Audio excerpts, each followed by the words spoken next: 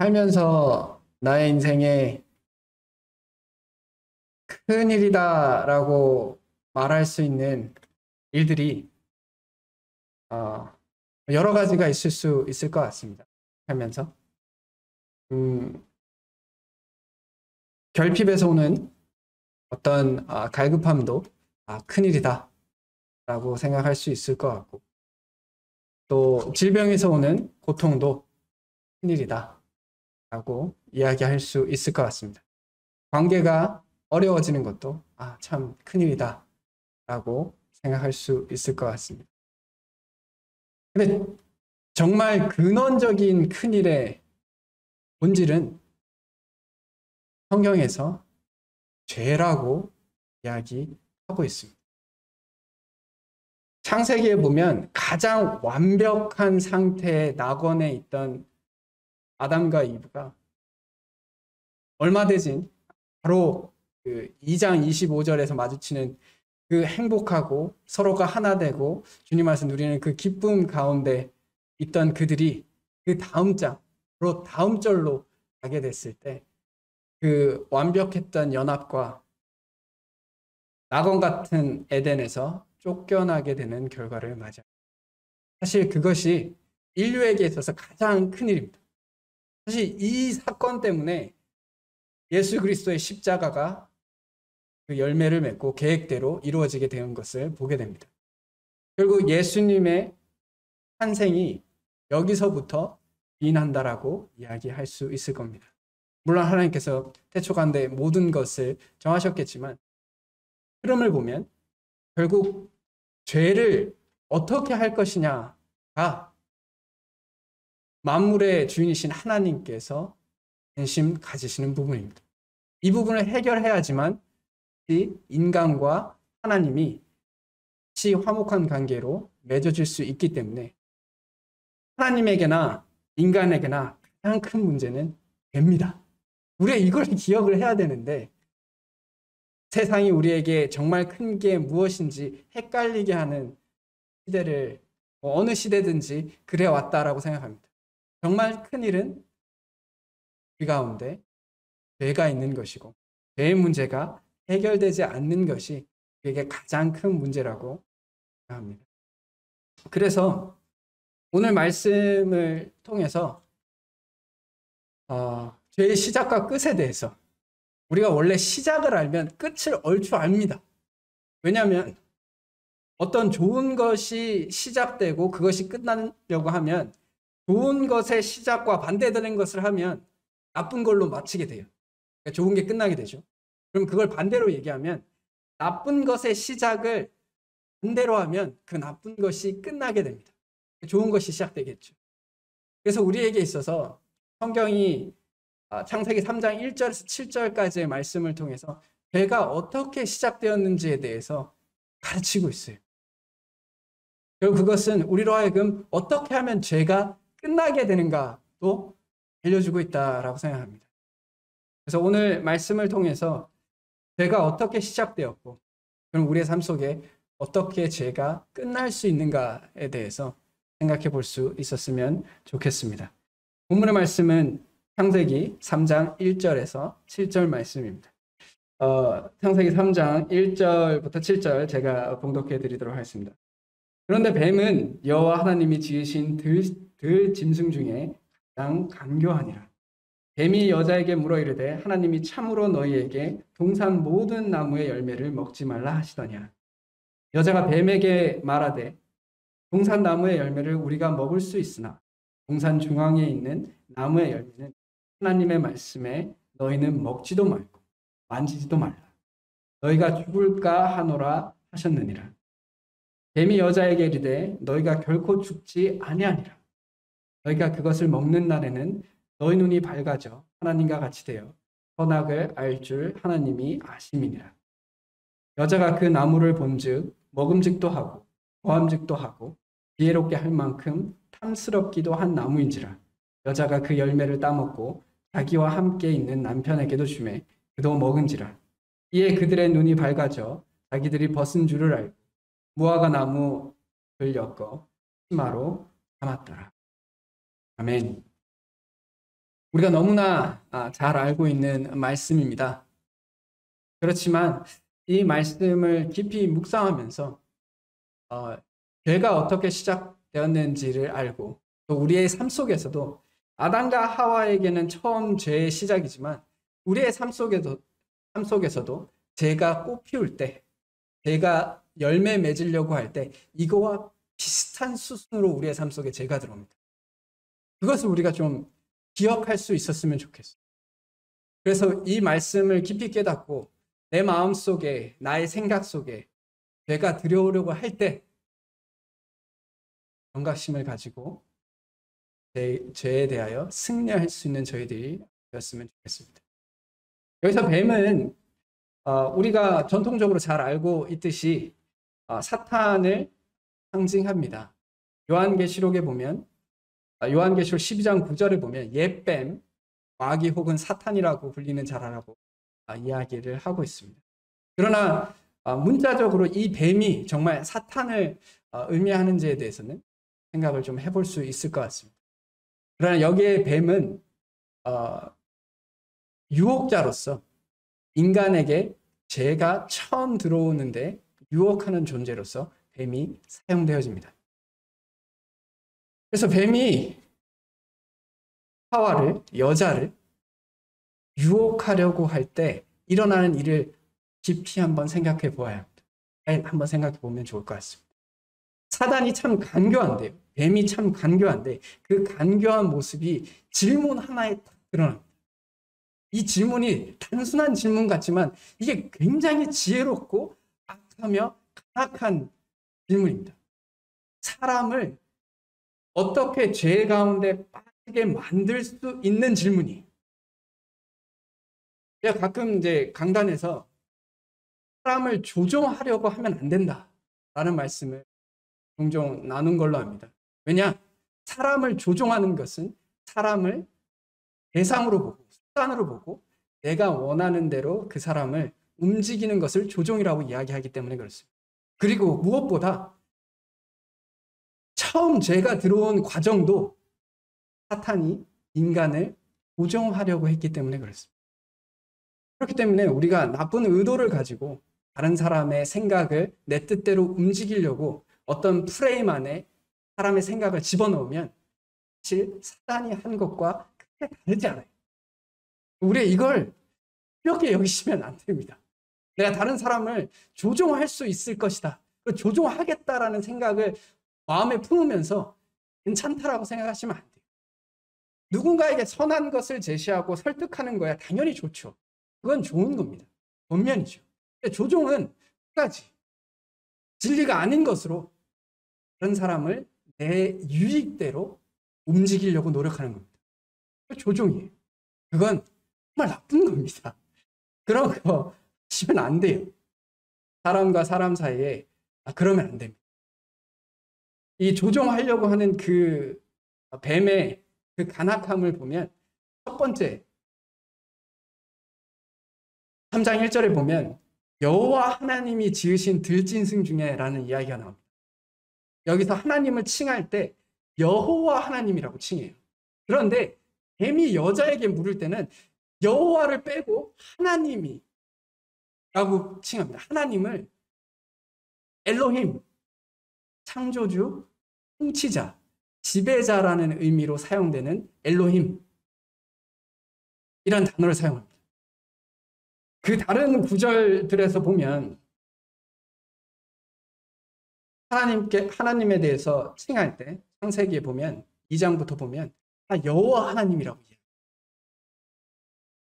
이 여호와 하나님이라는 것의 뜻은 이스라엘 백성들에게 신실하시고 자비로우시며 그들을 구원하시는 하나님이다라는 개인적인 관계의 의미가 포함되어져 있는 말씀입니다. 그런 호칭이에요. 그래서 우리가 누군가를 부를 때 누구누구야라고 부르는 게 아니라 뭐 누구의 아버지, 뭐 어떤 직책을 부르는 게 아니라 이름으로 부를 때 여호와 하나님을 부릅니다. 이스라엘 백성들과 밀접한 관계가 있으신 하나님을 칭하실 때 여호와 하나님이라고 호칭을 해요. 그런데 뱀이 여자를 유혹할 때 그걸 쏙 빼고 이야기합니다.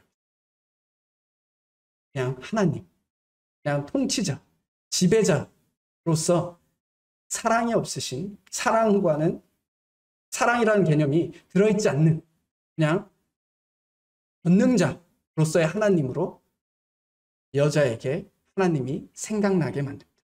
그냥 엘로힘, 그냥 능력자이신 하나님에 대해서 이야기. 그리고 참으로 너희에게 동산의 모든 나무의 열매를 먹지 말라고 하시더냐? 라고 물으십니다. 라고 물어요. 네. 결국 하나님께서 아담과 하와와 맺은 관계, 사랑 가운데 관계를 맺은 그 소중한 관계를 사탄은 몇 마디 질문으로 의심을 품게 만듭니다. 정말 하나님이 이렇게 사랑스러운 너희를 정말 사랑해? 정말 사랑의 하나님이야? 너희들에게 자유를 주고 너희들에게 복을 주고 너희들에게 평안을 주는 그런 하나님이야? 의심이 들게 만들어요. 참으로 모든 나무의 열매를 먹자. 모든 나무라는 말은 결국 그 하와에게 하여금 하나님께서 억압하고 자유를 뺏고 두려운 존재로 생각나게. 이것은 스바냐 3장 17절 여호와 하나님과는 다른 모습이에요. 스바냐서에서의 하나님은 이렇게 이야기했어요. 하나님 여호와 자기 자신이 이스라엘 백성으로 인하여 유다 백성으로 인하여 잠잠히 사랑하시고 기쁨을 이기지 못하고 즐거이 노래 부르신다라고 말씀하셨어요. 우리를 하나님께서 이렇게 사랑하시고 아끼시는 분이시다라는 것이 성경에서 이야기하고 있는 하나님. 그리고 아담과 하와가 그렇게 하나님과 관계를 맺고 있었어요. 그런데 사단이 하와에게 그 사랑에 대해서 의심하게 만듭니다. 정말 하나님이 그렇게 너희들 정말 사랑하는 게 맞아?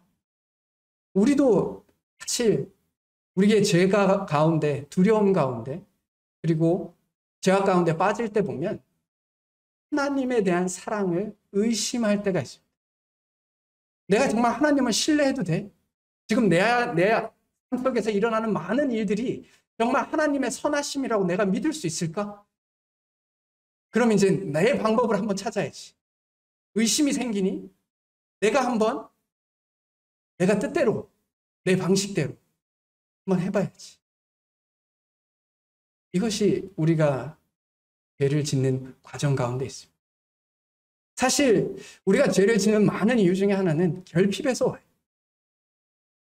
그리고 그 결핍은 내 마음의 결핍에서 옵니다. 음란의 죄도 사실 외롭고 결핍에서 와요. 그 근원을 따져보면 결핍에서 옵니다. 사람들을 해치는 것도 사람들에게 사랑받지 못한다라고 생각해서 사람을 해쳐요.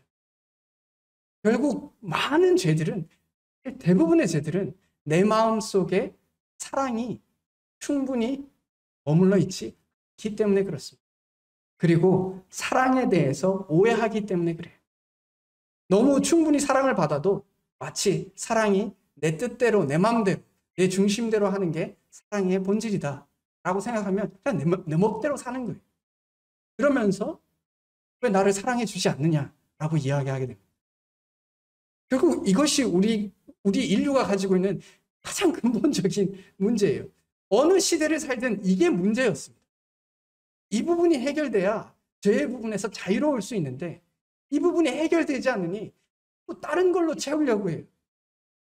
돈이 있으면 날 더 사랑해 주지 않을까? 내 외모가 더 나으면 사랑해 주지 않을까? 내가 더 많은 권력을 가지면 사랑해 주지 않을까? 그런 것들을 쫓다가 여전히 마음속에 결핍이 해결이 안 돼요. 여전히 죄 가운데서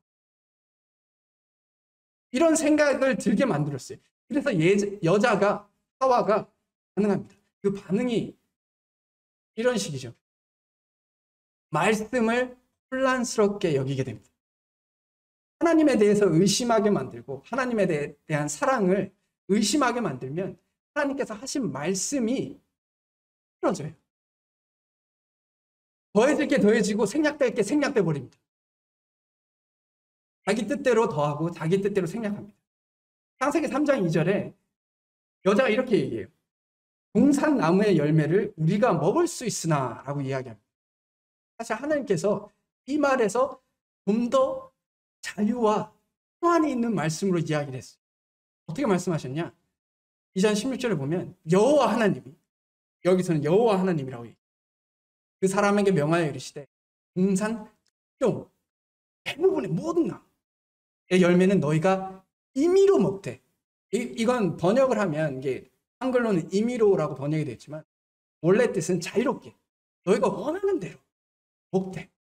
그러니까 하나님께서 우리에게 주신 이 이야기를 보면 너희가 마음껏 누려라. 사실 다 누려. 한 가지만 빼고. 그런데 사단은 모든 걸 누리는 것은 좀 작게 만들고 하나를 누리지 못하는 하나를 굉장히 크게 만들었어요. 하와가 그 유혹에 지금 넘어가고 있어요. 그래서 말하기를 우리가 먹을 수 있는데 자유롭게라는 말을 뺍니다. 우리가 자유롭게 먹을 수 있다라는 말을 빼요. 그래서 하나님이 법내야 되실 분, 뭐 하나 먹으면 점검하고 먹었나 안 먹었나 하는 그런 분으로 생각하게 조금씩 만듭니다.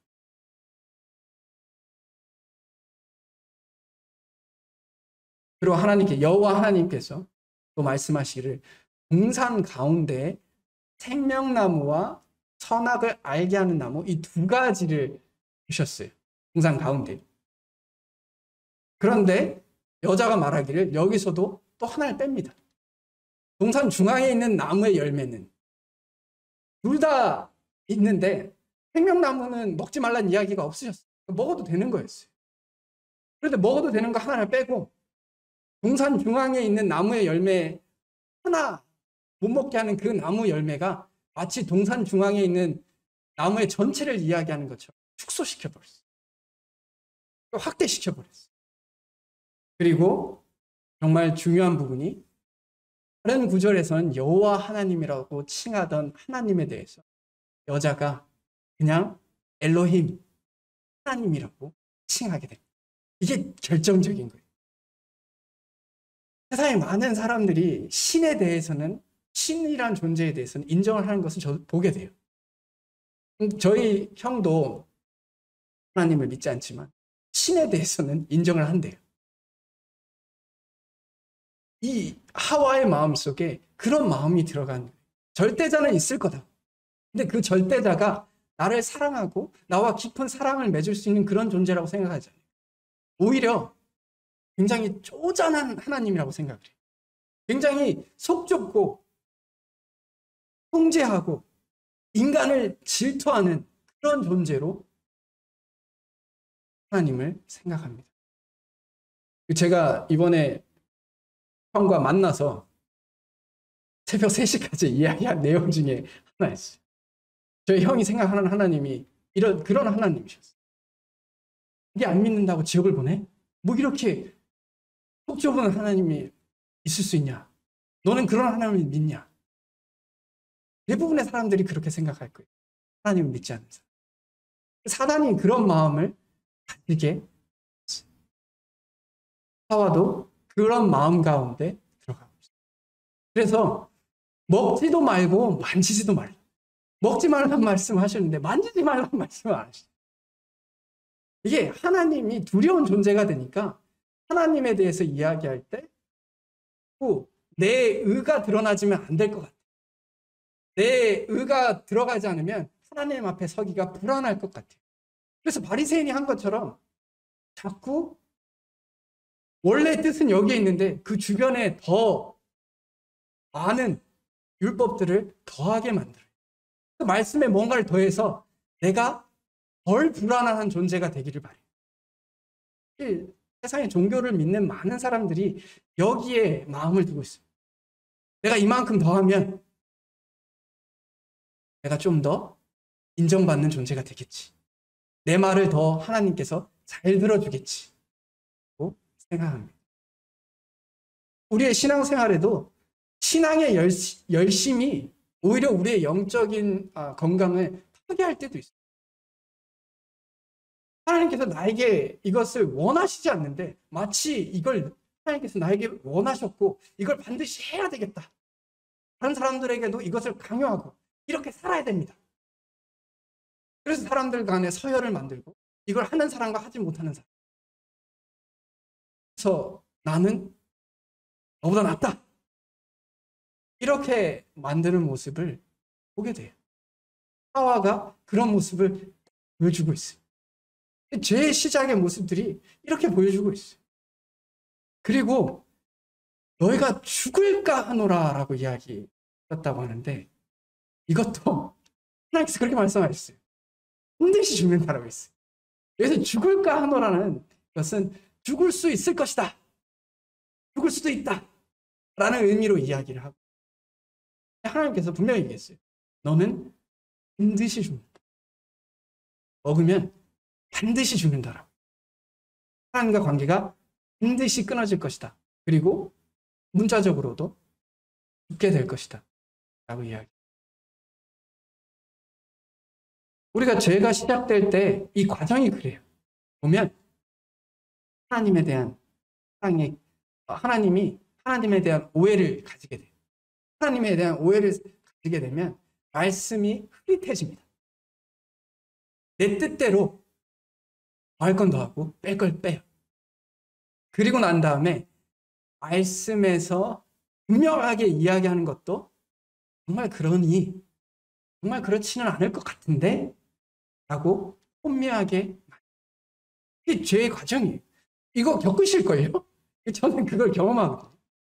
내 안에 하나님 안에서 누리는 만족이 없으면 다른 것에서 만족을 찾게 돼요. 그래 그 만족을 얻으려고 하니 그게 쉬운가요? 그걸 얻으려고 하니 죄를 지어요. 그럼 그 죄 가운데서 마음이 무뎌지게 됩니다. 그래서 하나님께서 이것이 너에게 분명히 어려움이 되고 너에게 고통이 될 것이라고 말씀하셨는데 정말 뭐 그렇겠나. 다른 사람 나보다 악한 사람들도 잘 먹고 잘 사는데 나도 뭐 그렇게 설마 하나님께서 하겠어? 라고 생각할 때가 있어요. 이제 죄악은 작은 데서부터 시작해서 점점 담대해지는 것을 발견하게 됩니다. 뱀도 마찬가지. 처음에는 질문 하나를 던집니다. 근데 상황을 봐요. 여자의 마음이 어떤지를 보고 내가 반응하는 게 이 죄악에 대해서 그렇게 민감하게 생각하지 않네? 그런 태도를 보이자 담대하게 이야기합니다. 하나님의 말씀과 완전 반대되고 얘기해요.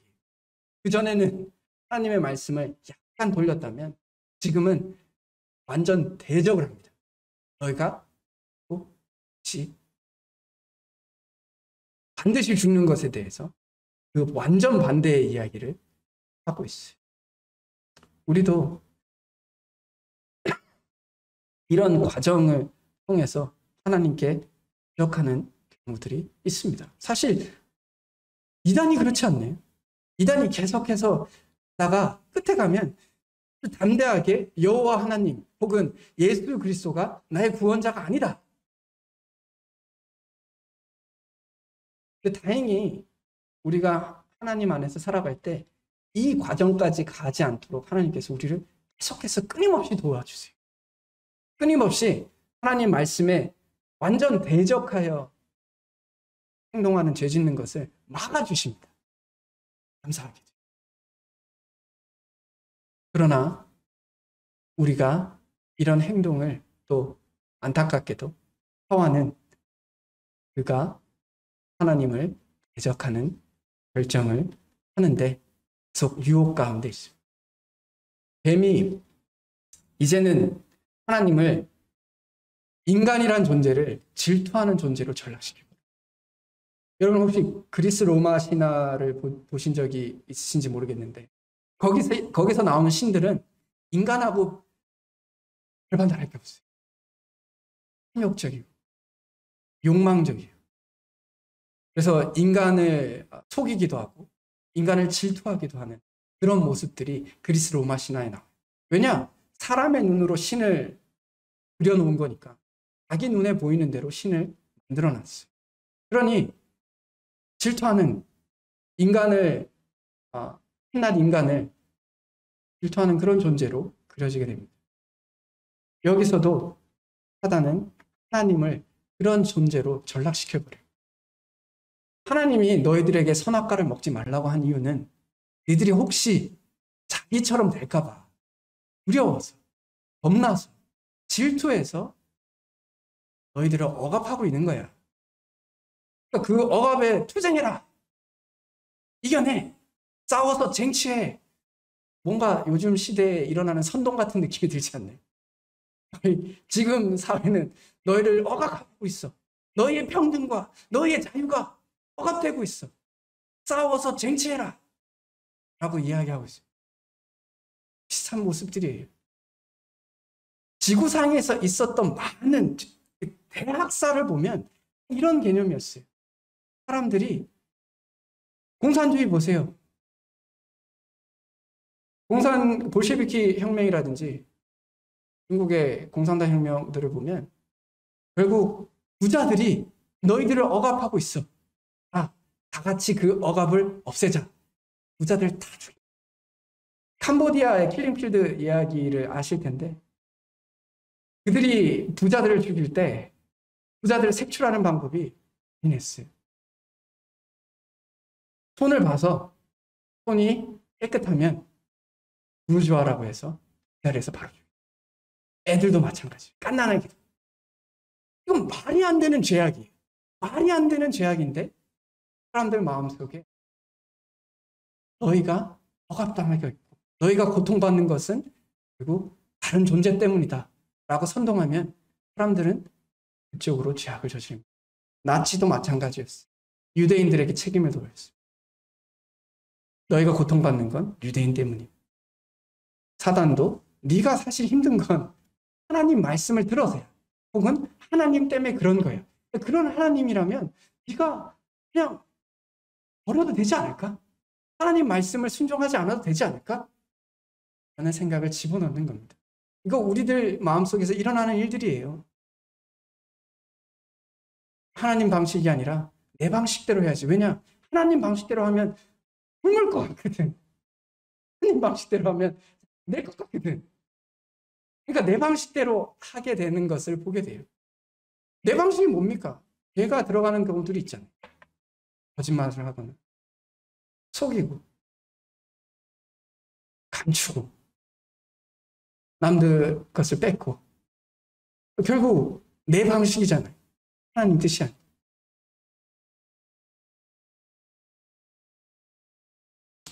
여자가 완전 넘어가게 됩니다. 그 말에 완전 넘어가게 돼요. 먹음직도 하고 보암직도 하고 지혜롭게 할 만큼 탐스럽게. 사람은 지혜를 추구하게 되는 이유 중에 하나가 지혜롭기를 원하는 이유 중에 하나가 자신에게 이제 지혜만 있으면 해결될 거라고 생각해요. 하나님이 나를 이렇게 억압한다면 나는 나에게 지혜만 있으면 하나님으로부터 벗어나서 내가 더 나은, 더 좋은 선택, 더 나은 답을 얻어서 살면 될 것이다 라고 생각합니다. 그래서 선택을 해요. 지혜롭게 되는 것을 선호합니다. 여자가 그 열매를 결국 하게 돼요. 우리도 결국 그런 과정 가운데 죄를 짓게 됩니다. 그리고 죄는 항상 전염시켜요. 이게 신기해요. 본인만 죄 짓는 거 잘 없어요. 남도 함께. 그게 죄가 무서운 거예요. 사단이 처음 죄를 지어서 본인 혼자만 있으면 상관이 없는데 사단이 인간도 자기와 같은 존재로 만들기 원했어요. 그래서 여자에게 줬고 여자는 남자에게 줍니다. 그래서 남자도 같이 죄악 가운데 들어가게 만들게 합니다. 눈이 밝아져요. 사단이 말했던 실이 밝혀지지만 사단이 말했던 대로 눈이 밝아지지만 그 눈이 밝아짐은 좋은 것을 의미하지 않습니다. 여기서 말하는 눈이 밝아짐은 이제 하나님의 눈으로 만물을 보지 못하게. 예전에는 하나님의 눈으로 만물을 봤어요. 그러니까 부끄러울 게 없어요. 다 벗어도 부끄러울 게 없어요. 왜냐하면 하나님은 사랑의 눈으로 만물을 봐요. 그러니까 아쉬울 게 없고 안타까울 게 없고 부족한 게 없습니다. 그래서 타인에 대해서 전혀 부끄러웠거나 또 타인이 비친 나의 모습에 대해서 부끄러울 게 없는 존재였어요. 근데 눈이 밝아지면서 각자의 눈으로 봅니다. 각자의 눈으로 보니까 부끄러운 거예요. 나라는 존재가 하찮은 거. 또 다른 존재가 또 하찮은 거. 그러니까 열등감도 생기고 교만도 생기고 우둔감도 생기고 이렇게 다른 사람들을 멸시하는 마음도 생기게 되고 그리고 각자의 눈으로 세상을 보게 돼요. 강단에서 깨달은 것 중에 하나가 사람마다 다 입장이 있다라는 말씀을 아는 것 같아요. 여기가 그렇습니다. 하나님의 눈으로 볼 때의 상황과 이제 각자 100명이면 100명 각자의 입장들이 있어요. 그것에 따라서 자기가 보고 싶은 대로 봅니다. 말씀에 대해서도 내가 보고 싶은 대로 말씀을 봐요. 그 말씀에서 내가 강조하고 싶은 대로 말씀을 보고 하고 싶은 대로 말씀을 빼요. 이게 우리가 가지고 있는 한계입니다. 그래서 기껏 노력해봐야 무화과 나무로 잎을 엮어서 치마를 삼는 거예요. 이게 한계가 있어요. 아무리 노력을 해봐도 이 눈이 각자의 입장이 생겨서 각자의 입장대로 선을 행하려고 하고 각자의 입장대로 살아가려고 해봐도 그게 고작 무화과 나무 이파리밖에 안 돼요. 이러니까 우리에게 가지고 있는 본질적인 문제라는 거예요. 여기에 빠져 있으면 항상 결핍, 그리고 항상 초라함 가운데 있어요. 가끔 보면 겉으로 보기에는 많은 명품들을, 사치품들을 가지고 있기 때문에 굉장히 멋있는 것처럼 보이지만 정말 초라하게 보일 때가 있어요. 정말 초라하구나. 그런 것처럼 우리의 삶이 하나님을 오해하고 하나님과의 사랑 가운데 멀어 있고 그래서 말씀과 멀어져 있고 내 입장에서 만물을 판단하게 되면 초라한 인생을 살 수밖에 없어요. 이건 물질에 대한 이야기가 아니에요. 인간 본연이, 인간이 나라는 존재가 그냥 초라한 존재인 거예요. 그래서 우리가 이 죄의 시작을 끊으려면 이 죄가 시작했던 거와 반대로 가면 돼요. 결국 사단은 하나님을 오해하게 만들어요. 하나님에 대해서 그런 마음을 품는 하나님의 사랑을 의심하면 안 돼요. 하나님께서 우리를 얼마나 사랑하시는지 도대체 얼마나 사랑하길래 그 독생자마저 주셨다라는 것을 그것도 우리가 잘할 때 말고 여전히 하나님을 욕되게 하고 하나님 싫다라고 하고 내 입장대로 내 뜻대로 살아가고자 하는 그때에 예수 그리스도를 보내셔서 우리를 위해서 죽으심으로 우리를 얼마나 사랑하시는지에 대해서 분명히 확증하셨는데 사탄은 계속해서 오해하게 만들어요. 사랑은 부족해. 하나님의 선함은 그렇게 완전하지 않아. 계속 우리로 하여금 의심하게 만들어요. 말씀을 붙잡고 하나님이 나를 여전히 변함없이 사랑하신다는 그 충만 가운데 살아가야 합니다. 거기서 벗어나면 죄가 그 안에 머물러 있어야 합니다. 내 마음의 고통이 왜 마음에 허무함과 고통이 있을까요? 왜 우울감이 있을까요? 결국 내가 충분히 사랑받지 못한다라고 느끼지 않기 때문에 아닐까요? 저는 개인적으로 그런 것 같아요. 충분히 사랑받지 못한다고 느낄 때 그럴 것 같아요. 그래서 그 사랑을 의심하지 말고 오히려 하나님께서 우리를 잠잠히 사랑하시는 것처럼 우리도 하나님을 사랑해 보는 겁니다. 예수님을 보지 못하지만 사랑하는 거예요. 스바냐 3장 17절처럼 잠잠히 사랑하시고 즐거움으로 기뻐하시는 것처럼 하나님께서 우리에게 그렇게 하시는 것처럼 우리도 그렇게 해가면 우리가 죄가 우리 삶 가운데 만연하지 않습니다. 우리가 죄로부터 자유로워지게 돼요. 죄에서 승리하는 모습들을 살게 됩니다. 도덕적으로 완전한 존재를 말하는 것이 아닙니다. 죄를 짓지만 위로와요. 죄를 짓지만 더 깊은 죄로 빠지지 않습니다. 그것이 우리에게 필요한 것이다 라고. 심지어 우리가 잘 되지 못할 때도 이걸 잊지 않았으면 좋겠어요. 우리가 마치 볼 때 하나님이 나를 징계하시는 그 순간까지도 사랑하시는 하나님께서 나를 사랑하신다라는 사실을 잊지 않았으면 좋겠어요.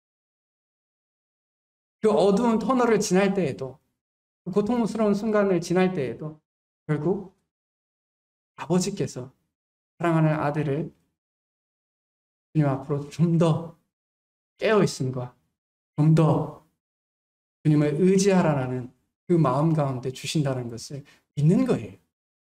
그것을 믿는 게 하나님의 눈으로 보는 겁니다. 그걸 믿지 않으면 결국 각자의 입장으로 세상을, 그러면 각자의 입장으로 행동하게 됩니다. 우리가 추구할 수 있는 총명은 모든 신령과 지혜와 총명이라고 생각해요.